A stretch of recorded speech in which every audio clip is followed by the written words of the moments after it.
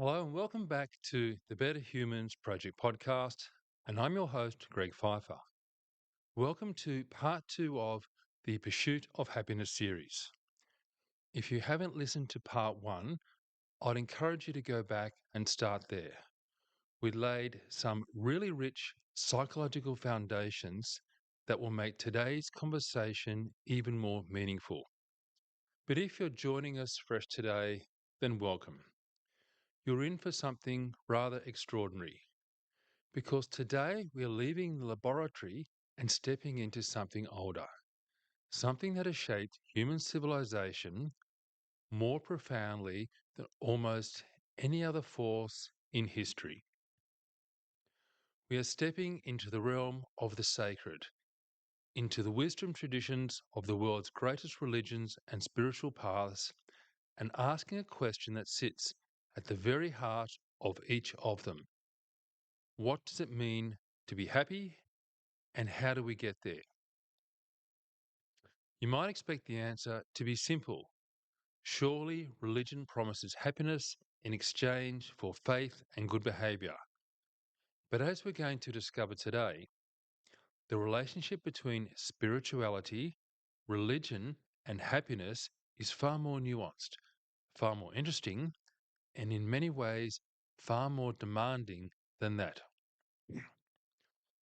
Some traditions actively pursue happiness as a sacred goal. Others treat the pursuit of happiness with deep suspicion, as a distraction from what truly matters. Some locate happiness entirely in this life, and others place it firmly in the next. Some say happiness is our natural state, waiting to be uncovered.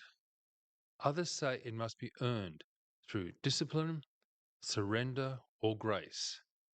And woven through all of them, with remarkable consistency, is a set of insights that modern psychology is only now beginning to confirm. So let's explore them together.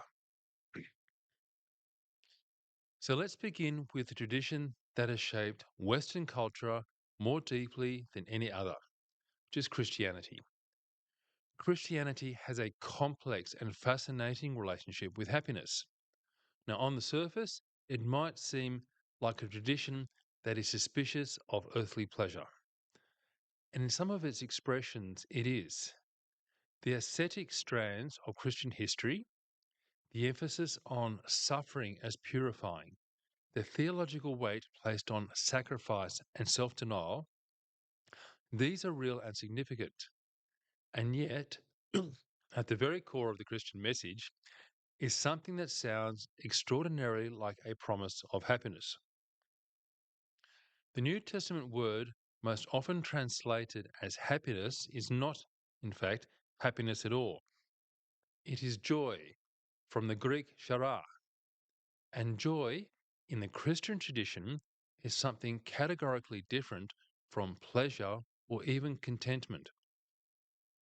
Joy is not contingent on circumstances.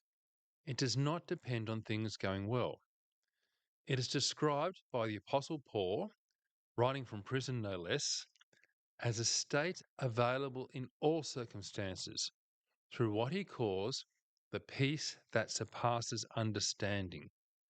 Now, this distinction between circumstantial happiness and unconditional joy is one of the most psychologically sophisticated ideas in any tradition, and it maps remarkably well onto what modern positive psychology calls eudaimonic well-being, the deep, durable happiness that comes not from what happens to us, but from who we are and how we live.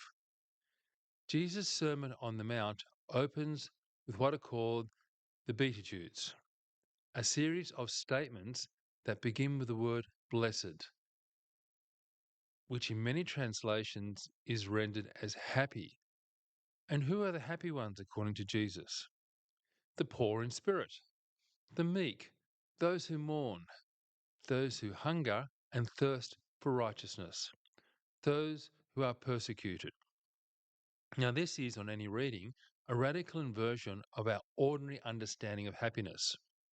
Happiness here is not comfort, success, or pleasure. It's a quality of the soul that transcends and in some ways flourishes in difficulty. The Christian path to joy runs through love of God and love of neighbour, through forgiveness, humility, and what theologians call kenosis, or self emptying.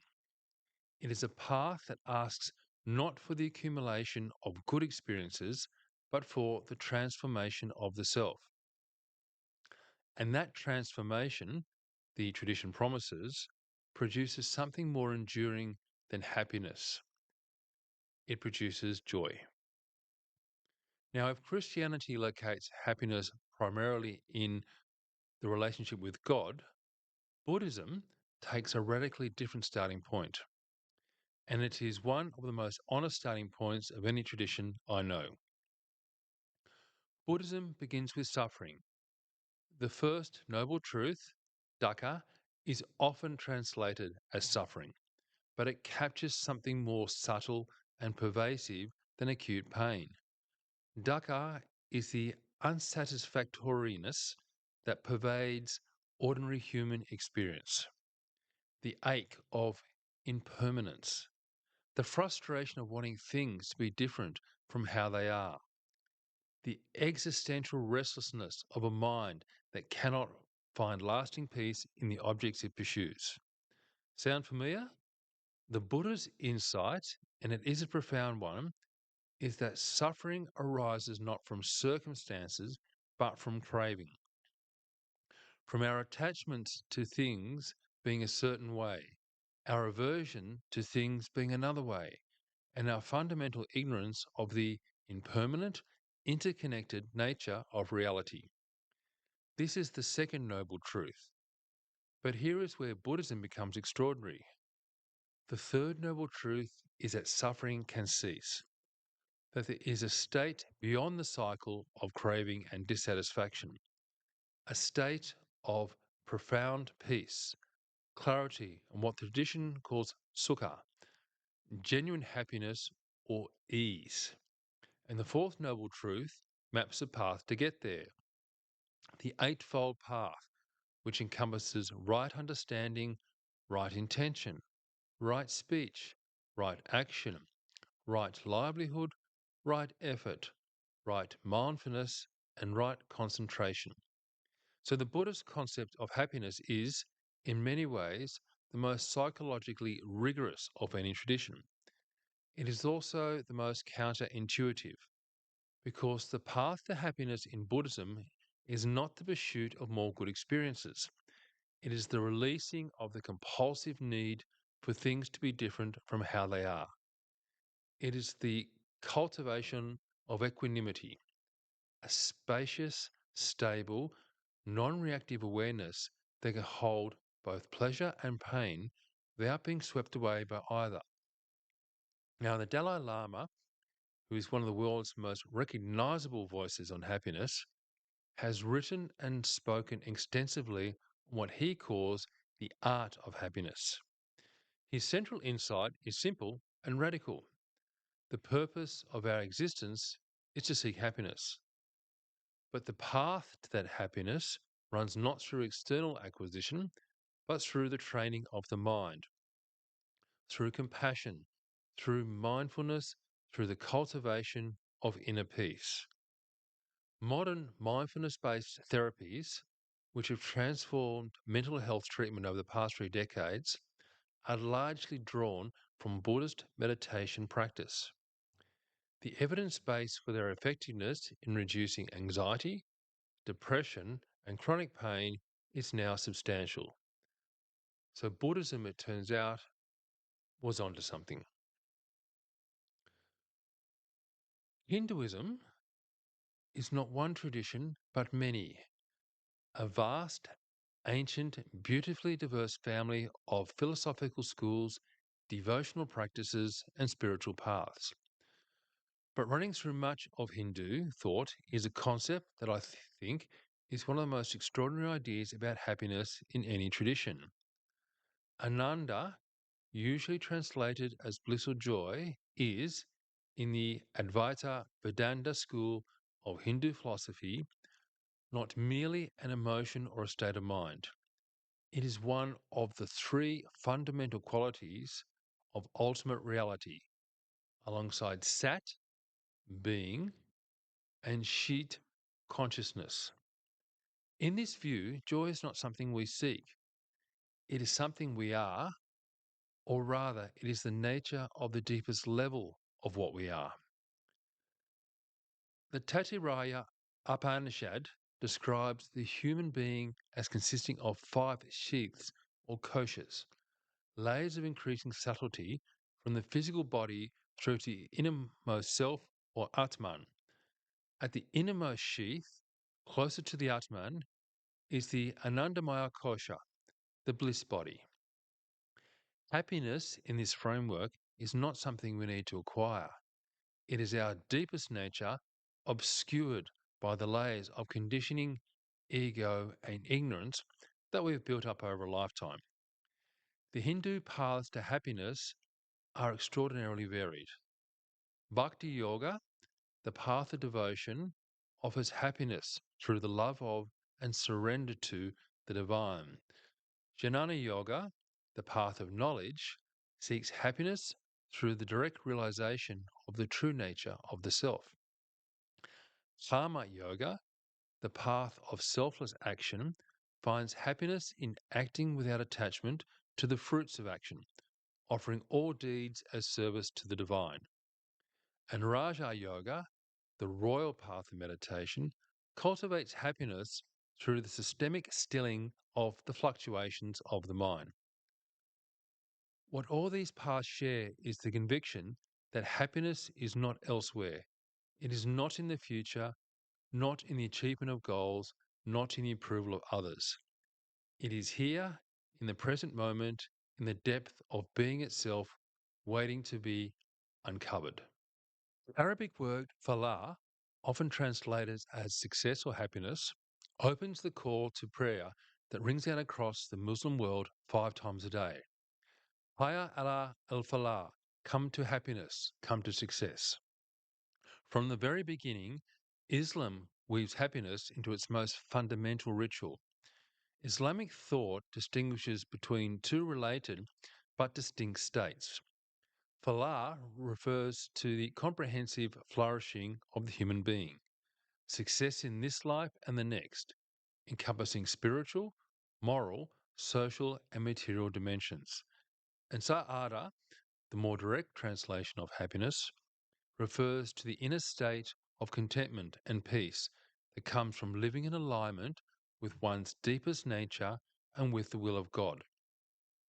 Central to the Islamic understanding of happiness is the concept of tawakkul, trust in God. In a tradition that emphasizes the sovereignty of the divine over all things, happiness is found not in controlling outcomes, but in surrendering to a larger wisdom and trusting that what unfolds is part of a plan beyond our full understanding. This is not passivity. Islam also strongly emphasizes the ikhtiyar, the exercise of human agency and responsibility, but it is a particular orientation towards life's uncertainties, one that modern psychology would recognize as closely related to the concept of acceptance, which is consistently associated with psychological well-being. Shukr, gratitude, is another cornerstone of Islamic happiness. The Quran repeatedly returns to the theme of gratitude as both a spiritual duty and a path to inner peace. And here the convergence with modern science is striking. The research on gratitude as a happiness practice, pioneered by psychologists like Robert Emmons and Martin Seligman, is now among the most robust in all of positive psychology. The Islamic version of happiness is also profoundly communal. Ummah, the community of believers, is not merely a social structure but a spiritual one. Happiness in Islam is not a private achievement but a shared experience, cultivated through generosity, justice, and the care of others. The Prophet Muhammad is reported to have said that none of you truly believes until you love for your brother what you love for yourself. A principle that modern social science confirms is one of the surest paths to genuine well-being. Judaism has one of the most distinctive and in some ways most demanding relationships with happiness of any tradition. Because in Judaism, joy is not merely desirable, it is, in certain contexts, a mitzvah, a commandment. The Talmudic tradition teaches simcha shel mitzvah, the joy of performing a commandment. The idea that the practice of Jewish life, the observance of Shabbat, the celebration of festivals, the acts of tzedakah, justice and charity, the study of Torah, is not merely dutiful, but ought to be joyful. And more than that, that joylessness in the face of these gifts is itself a kind of ingratitude. The Hasidic tradition, which is the mystical, ecstatic branch of Judaism that emerged in the 18th century Eastern Europe, elevated joy to perhaps its highest expression in any religious tradition. The founder of Hasidism, the Baal Shem Tov, taught that the divine presence could be encountered not through asceticism and self-denial, but through joy, music, dance, and the celebration of life in all its ordinariness. Avodah b'shimba, serving God with joy, was the Hasidic ideal, and the teaching that sadness and depression were spiritual obstacles, that they closed the heart to the divine, was, for its time, a radical and liberating message. At the same time, Judaism holds suffering and joy in an extraordinary mature tension. The tradition that gives us the book of Job, the most unflinching exploration of unjust suffering in any scripture, does not offer easy comfort. It does not promise that faith will spare us from pain. It insists instead that both joy and sorrow are part of a full human life, and the task is not to escape one or cling to the other, but to meet both with presence and integrity. Like shame to life. Perhaps no toast in any language captures the Jewish relationship with happiness more perfectly. Not to comfort, not to ease, not to the absence of difficulty, to life in all its fullness, complexity, and gift. Now, before we move to our more explicitly spiritual reflections, I want to spend a moment with Taoism, the ancient Chinese philosophical and spiritual traditions founded on the writings of Laozi, because it offers a perspective on happiness that in some ways is the most counterintuitive of all. Taoism does not pursue happiness. It does not strive for it, seek it, or work towards it. Because in Taoist thought, the very act of striving is the obstacle. The central concept of Taoism is Tao, often translated as the way, the fundamental, unnameable principle that underlies and pervades all of reality. And the central practice of Taoism is Wu Wei, non-action or effortless action, the art of moving in harmony with the natural flow of things rather than forcing, controlling, or striving against them. Happiness, in this view, is not achieved.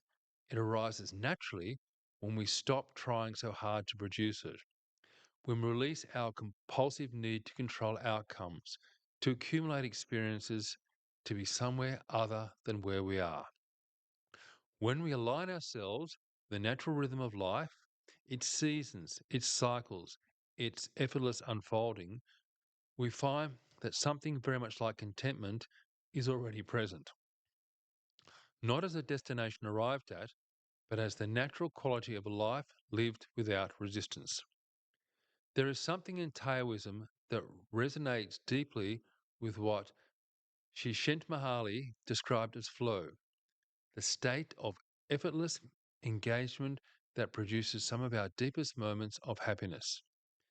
And there is something in that resonates with what Stoics call amor fati, the love of fate, the radical acceptance of what is, which modern psychology consistently identifies as one of the most powerful predicators of psychological well being. Wu Wei is not passivity, it is not giving up. It is the wisdom to know when to act and when to allow, and the deep peace that comes from trusting that not everything requires your intervention.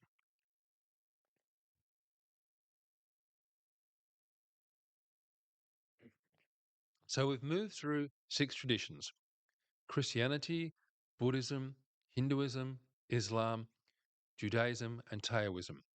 And the diversity of their approaches to happiness is remarkable.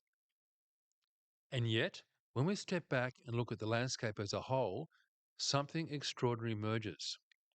Across all these traditions, despite their profound theological differences, their different conceptions of the divine, their different practices and communities and history, there is a set of insights about happiness that appears again and again with striking consistency. First, that lasting happiness is not found in external circumstances. Every single tradition we explore today, without exception, locates genuine happiness inward, in the quality of the mind, the orientation of the heart, the depth of relationship with the sacred, not in wealth, achievement, pleasure, or status. Second, the self is not the center, whether through love of God, compassion for all beings, selfless action, surrender, generosity, or alignment with the Tao.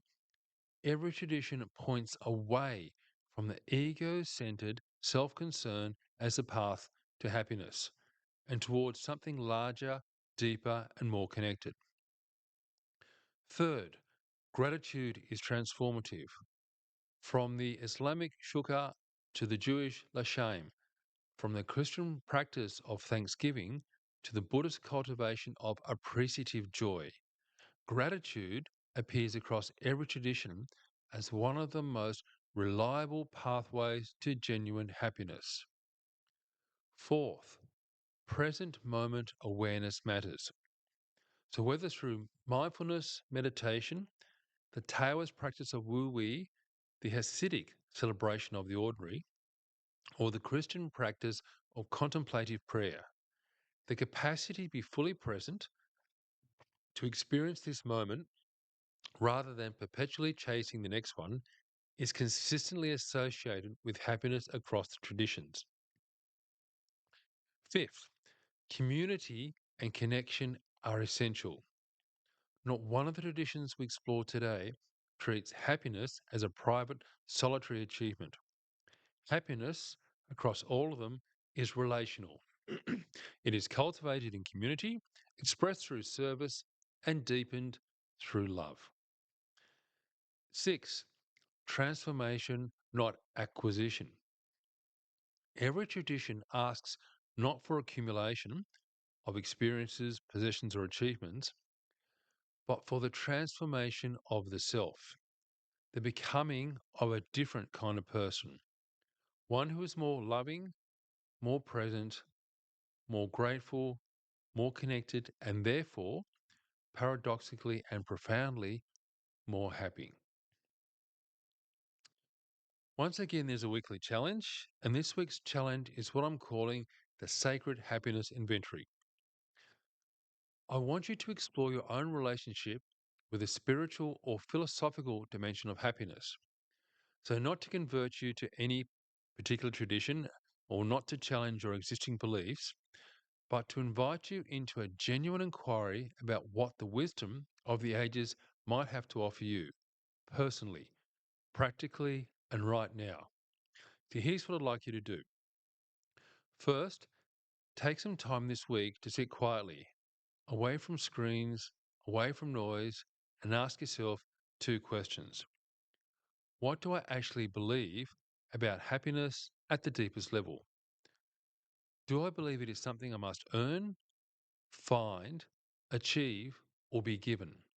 Or do I believe, even tentatively, that it might already be present within me, just waiting to be uncovered? Second, choose one practice from any of the traditions we explored today, just one, and try it genuinely for the rest of the week. It might be a daily gratitude practice drawn from the Islamic or Jewish tradition. It might be a short mindfulness meditation rooted in Buddhist practice. It might be an act of selfless service inspired by karma yoga. It might simply be sitting quietly each morning and attempting to release, just for a few minutes, your need for things to be different from how they are, in the spirit of Taoism or Buddhist equanimity. Don't worry about whether it belongs to your tradition or not. Take what resonates. Try it with an open mind and notice what happens. And third, at the end of the week, ask yourself, is there a spiritual or philosophical dimension to my life that I have been neglecting? And if I were to tend to it just a little more intentionally, what might that make possible? The wisest humans who have ever lived, across every culture, every era, every tradition, have pointed again and again to the same conclusion, that the deepest happiness available to us is not out there in the world. It is in here, in the quality of our attention, the openness of our hearts, and the depth of our willingness to show up fully, honestly, and gratefully for the life we have been given.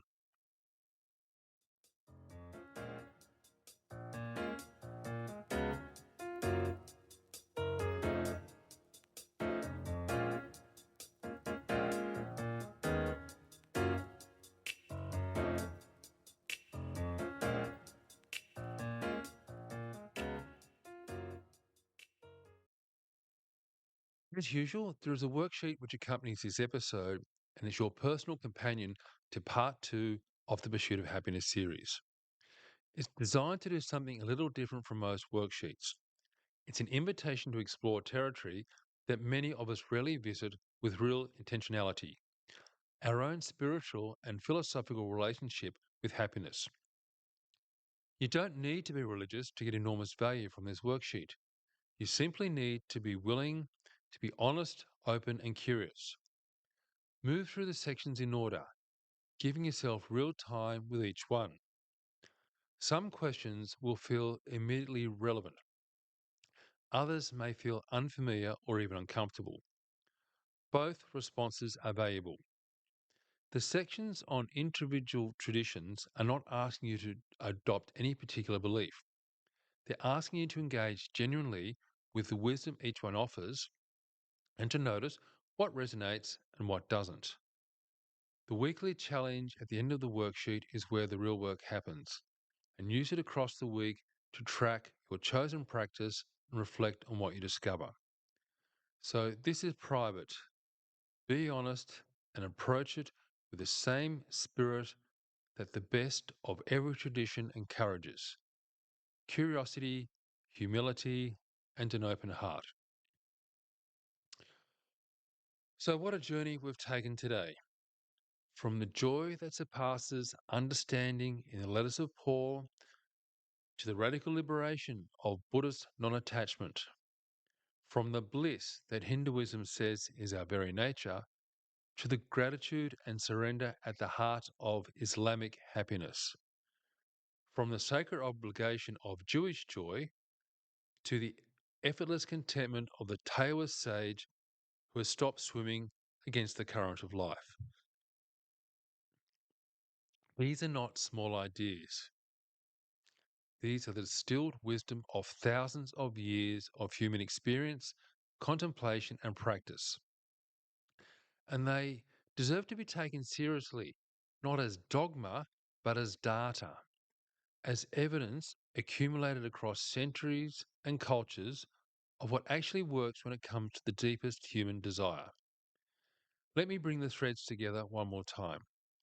So, across every tradition we explored today, Christian, Buddhist, Hindu, Islamic, Jewish, Taoist, the conclusion was the same, but expressed in different languages and through different practices, but still pointing unmistakably in the same direction. Genuine happiness is an inside job.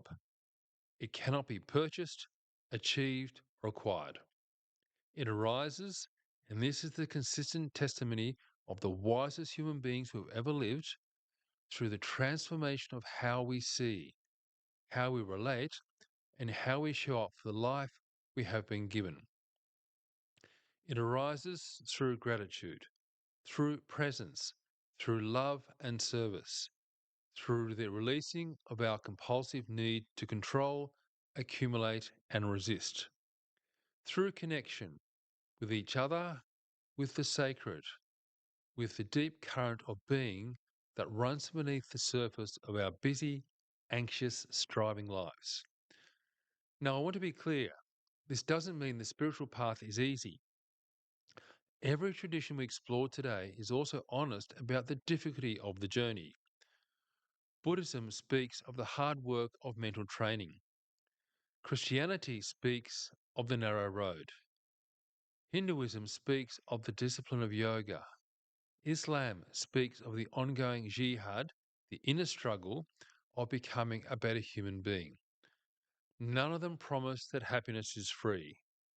They promise that it is possible and that the path forward is one of the most worthwhile things a human life can be spent on. So here is what I want to leave you with. Whether you are deeply religious, quietly spiritual, philosophically curious, or just genuinely uncertain about it all, there is something in today's episode for you. Because the insights we explore today are not the exclusive property of any tradition. They are the common inheritance of our shared humanity. And they are available to you right now in your life as it actually is, if you are willing to slow down enough to receive them. Happiness is not waiting for you somewhere else. It is here, in the quality of your attention, in the depth of your gratitude, in the openness of your heart, in your willingness, moment by moment, to show up fully for the extraordinary, impermanent, irreplaceable gift of being alive. Next time, in part 3, we turn to medicine and biology and ask what the body, the brain, and the science of human health have to tell us about happiness. And I think you'll find it fascinating. Until then, tend to your inner life, not because it's a luxury, because it's the most important work there is. Be curious, stay humble, keep growing. This is Greg Pfeiffer, and this is the Better Humans Project podcast. Let's keep building better humans together. Take care.